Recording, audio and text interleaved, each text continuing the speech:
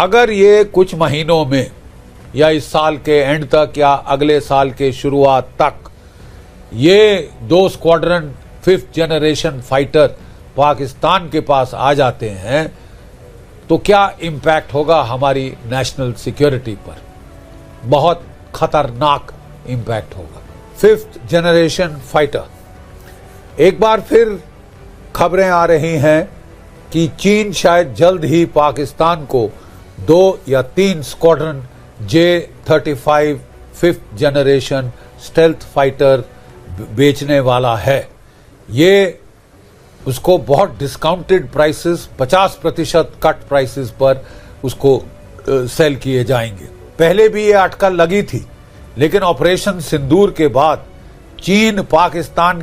चीन उनको ये देने वाला है। जैसे मैंने आपको बता दिया, पहले से ही खबर है कि पाकिस्तान के पायलट ऑलरेडी चीन में है, इस 5th जनरेशन स्टेल्थ फाइटर पे ट्रेनिंग ले रहे हैं। अस्सलामुअलैकुम नाज़रीन, मज़ीद वीडियो कुछ सेकंड के बाद आपके साथ शेयर करते हैं। ये खबरें पहले ही आ रही थी कि अगस्त के महीने में पाकिस्तान को J-35 5th जनरेशन तैयारी मिलने वाले हैं, लेकिन अब भारतीय मीडिया पर यह खबरें चल रही हैं कि जश्न आज़ादी के दिन यानी कि 14 अगस्त को पाकिस्तान को 5th जनरेशन तैयारे मिलने वाले हैं और पाकिस्तानी पायलटों ने 5th जनरेशन तैयारों की ट्रेनिंग हासिल कर ली है चीन में जाकर। लेकिन इस खबर के साथ भारत काफी परेशान है और बुखलाहट का शिकार है, और होना भी चाहिए, क्योंकि भारतीय पायलट तो अभी तक 4th जनरेशन तैयारों की ट्रेनिंग ही हासिल नहीं कर पा रहे सही तरीके से। उनका जहां दिल करता है वहीं पर तैयारा गिरा देते हैं, लेकिन पाकिस्तान 5th जनरेशन तैयारों की ट्रेनिंग हासिल कर चुका है। तो चलिए आपको आज की वीडियो में जनरल GD बख्शी की जुबानी सुनाते हैं कि वो कैसे रोना धोना डाल रहे हैं कि पाकिस्तान को ये तैयारे मिलने वाले हैं। वीडियो में आगे बढ़ने से पहले आप लोगों से गुजारिश है कि अगर आपने चैनल को सब्सक्राइब नहीं किया तो चैनल को लाजमी सब्सक्राइब और वीडियो को लाइक एंड शेयर करना मत भूलें। इसको किसी तरह से मिनिमाइज नहीं किया जा सकता, नजरअंदाज नहीं किया सकता। हम क्या कर रहे हैं? भारत की सरकार ने पूर्ण छूट दी है अपने प्राइवेट सेक्टर को, पब्लिक सेक्टर को हमारा आम का जेट फाइटर बनाने के लिए। उम्मीद है प्राइवेट सेक्टर के आने से ये जो रफ्तार है इंडक्शन की, ये बढ़ जाएगी। But the simple fact is कि ये रफ्तार जितनी भी बढ़ जाए, रियलिस्टिक एस्टिमेट है कि कम से कम 8 से 10 साल लगेंगे, जबकि ये फाइटर्स हमारी एयरफोर्स में आम का 5th generation indigenous jet fighter हमारी एयरफोर्स स्क्वाड्रन्स में सर्विस शुरू कर सकें। तो साहब इस गैप में क्या होगा? ऑपरेशन सिंदूर तो चल रहा है। खबरें आ रही हैं कि पाकिस्तान फिर अपने प्रॉक्सीज को खड़ा कर रहा है, फिर वो बांग्लादेश के जरिए तुर्की के साथ मिलके छेड़खानी के प्लान बना रहा है। ठीक है साहब, तो अगर ये प्रॉब्लम आपके सामने आ रही है तो किसी भी हालत में हमको जल्द से जल्द, और पाकिस्तान के पास ये जेट 5th जनरेशन आने के पहले हमको अल्टरनेटिव स्टॉप गैप अरेंजमेंट करना होगा। स्टॉप गैप का मतलब ये नहीं कि हम आमका को रोकें, नो क्वेश्चन, क्योंकि ये कब तक ये सिलसिला चलता रहेगा कि खरीद लो खरीद लो। आप सब ने देखा है कितना धोखा हमको उस रास्ते में मिलना शुरू हो गया। लेकिन 8 साल 10 साल का गैप बहुत बड़ा वक्फा है, और कोई भी सेन मिलिट्री प्लानर इतना बड़ा रिस्क नहीं ले सकता। हमको स्टॉप गैप मेजर के तौर पे 2 या 3 स्क्वाड्रन हमको 5th जनरेशन फाइटर्स लाने ही होंगे। क्या चॉइस है हमारे पास? डोनाल्ड ट्रंप साहब जब राष्ट्रपति बने थे तो उन्होंने बड़े धड़ल्ले से कहा था कि मैं 100 F-35 फाइटर जेट भारत को भेजने को तैयार हूं। तो बड़ा तूफान मच गया था पूरी दुनिया में कि भारत को अब मोस्ट अलाइड एलाई का स्टेटस दिया जा रहा है, काफी फेर बदल और बदलाव आएगा। लेकिन डोनाल्ड ट्रंप साहब की रियाया में तो बदलाव पे बदलाव आते। अभी तक हमको कोई ठोस ऑफर F-35 का नहीं दिया गया, नथिंग इन राइटिंग, ना बोइंग कंपनी की तरफ से ना अमेरिका की तरफ से, कुछ भी राइटिंग में नहीं आया। हाँ, हमारे बेंगलोर एयर शो में ज़रूर F-35 आया था अपने पैंतरे दिखाने के लिए, लेकिन तब Su-57 भी आया था। तो क्या F-35 मान लीजिए अमेरिका देने को राजी हो जाता है तो क्या भारत को ले लेना चाहिए?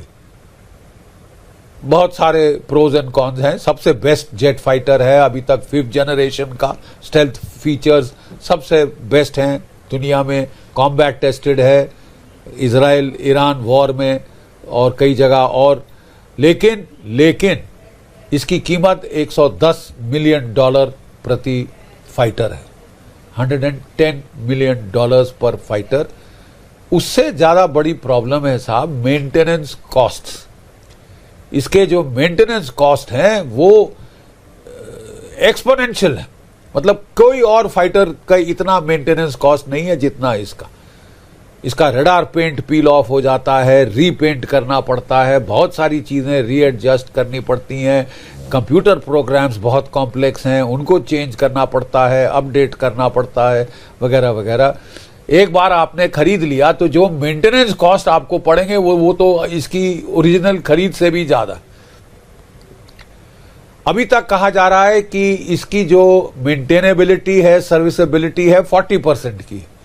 That means at any one given time, किसी एक पॉइंट ऑफ टाइम पे इसकी अवेलेबिलिटी केवल 40% है। अगर आप 100 जेट फाइटर खरीदेंगे F-35, कल लड़ाई हो जाती है, शायद आपके पास 40 ही फाइटर है जो उड़ सकेंगे। ठीक है साहब। फिर प्रॉब्लम यह है कि कोई सवाल नहीं है कि अमेरिका आपको भारत में मैन्युफैक्चर करने दे, आपके साथ कटिंग एज टेक्नोलॉजी शेयर करे। ठीक है साहब।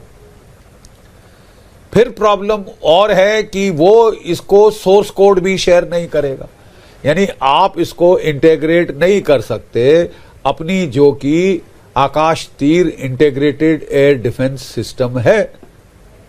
हम इस पे ब्रह्मोस क्रूज मिसाइल नहीं चढ़ा सकते। ठीक है साहब। हम इस पे अपने आकाश बियॉन्ड विजुअल रेंज आकाश 3 जैसे मिसाइल नहीं माउंट कर सकते। ठीक है। फिर सोने पे सुहागा सॉवरेनिटी रिस्ट्रिक्शंस हैं कि हमें कहां प्लेस कर रहे हो अमेरिका को बताना होगा, निगरानी वो रखेंगे, कहां इस्तेमाल कर रहा है वो फैसला करेंगे। हो सकता है पाकिस्तान के खिलाफ इस्तेमाल करने से साफ मना कर दें, तो फिर हम ये ले किस लिए रहे हैं खिलौने साहब। ठीक है साहब। तो देयर आर प्रॉब्लम्स। ठीक है। अगर अमेरिका वाकई चाहता है भारत को एक स्ट्रेटेजिक पार्टनर के तौर में, वो कह रहे हैं कि अगर वो चीन से compete करना चाहते हैं, चीन को मेन एडवर्सरी डेजिग्नेट करना चाहते हैं, तो फिर तो उनको भारत और जापान जैसे देशों की जरूरत होगी। ठीक है साहब। लेकिन जरूरत होने के बावजूद अगर भारत के साथ ऐसी ट्रीटमेंट हो जैसी कि हमको तेजस एयरक्राफ्ट के इंजन के साथ मिली है, तो फिर तो साहब भरोसा करना बहुत मुश्किल हो जाएगा। 2 साल $1 बिलियन हमने दे दिए GE 404 इंजिन्स के, और अभी तक कोई 1 या 2 अब डोनाल्ड ट्रंप साहब के आने के बाद आए। बाकी कब आएंगे, कब बनेंगे ये स्क्वाड्रन्स जो कि MiG-21 को रिप्लेस करने वाले हैं, ये तो पता नहीं था। GE 414 जिसने आमका को पावर करना है, जिसने हमारे तेजस मार्क 2 को पावर करना है, वो तो साहब कहीं होराइजन पे ही नहीं दिख रहा।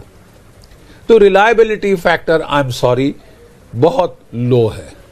अगर आप रियलिस्टिकली जाएं, कहानियां ना गढ़ें, मनगढ़ंत हवाई किले ना बनाएं। बहुत रिलायबिलिटी फैक्टर ऑलमोस्ट 0 के करीब आ रहा। अब सवाल रहा इसके, अगर ये नहीं तो फिर क्या? If not F-35 then what? Su-57। याद रहे पहले भारत और रशिया मिलकर इस जहाज को डिजाइन कर रहे थे, उसका प्रोग्राम शुरू था।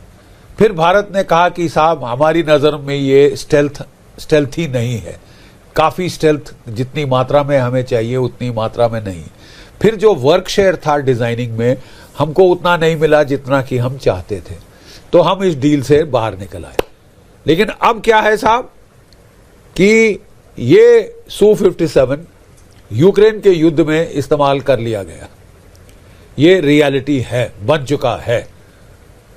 इसका कॉस्ट अगर $110 मिलियन पर पीस है F-35, इसका 50 और 60 मिलियन के, जितना भी हम चाहें, जितना भी हमारी पीपल टू पीपल रिलेशनशिप्स बहुत अच्छी हैं और बड़ी उम्मीदें थी हमको डोनाल्ड ट्रंप की सरकार से, लेकिन जो कुछ हुआ है बिल्कुल विपरीत ही हुआ है। अनलेस डोनाल्ड ट्रंप साहब एक और पलटी मारते हैं, जैसे कि वो मारने में बहुत माहिर हैं, तो फिर शायद चीज़ें बदली हो, लेकिन तब तक हम ये रिस्क नहीं ले सकते। हम अपनी नेशनल सिक्योरिटी से खिलवाड़ नहीं कर सकते। हेनरी किसिंजर ने बड़े साफ अमेरिका को चेतावनी दी थी कि it should be settled maxim of American foreign policy never to take on more than one major Asian power at a time. यानी एशिया की जो महाशक्तियां हैं, रूस, चीन, भारत, इन सब से आप कभी इकट्ठा वैर वैमनस्य ना लीजिए। ठीक है, बहुत अकलमंदी थी कि साहब अपने प्रतिद्वंदियों को इकट्ठा करना तो सबसे भारी स्ट्रेटेजिक गलती है, भूल है, बहुत भारी। लेकिन डोनाल्ड ट्रंप साहब लग रहे हैं कि वो रशिया, इंडिया, चाइना ट्रायंगल बनवा के रहेंगे। इतने धक्के देंगे तीनों को कि जब तक वो इकट्ठे ना हो आए अपनी आत्मरक्षा के लिए। अब ये डोनाल्ड ट्रंप साहब की सोच पे मुनस्सर है कि वो करना क्या चाहते हैं। वो क्या ये अमेरिका के हितों में होगा कि भारत, चीन और रूस, RIC को वो एक रियलिटी बना दें, जो कि संभावना थी कभी, उसको एक रियलिटी बनाने के लिए आप मैक्सिमम धक्के आप कोशिश कर रहे हैं। ये तो बहुत शॉर्ट साइटेड पॉलिसी है। अब हमें उम्मीद है कि आने वाले दिनों में हम फिर एक फेरबदल देखेंगे और डोनाल्ड ट्रंप साहब यथार्थ की तरफ आएंगे, तब हालात बदलेगी। लेकिन जब तक नहीं बदलती है, मेरे हिसाब से तो जो बेस्ट ऑप्शन आपके पास है कि 2 या 3 स्क्वाड्रन आप Su-57 Russian stealth 5th generation fighter jet जल्द से जल्द खरीदें, इसके पहले कि वो पाकिस्तान एयरफोर्स में आ जाएं।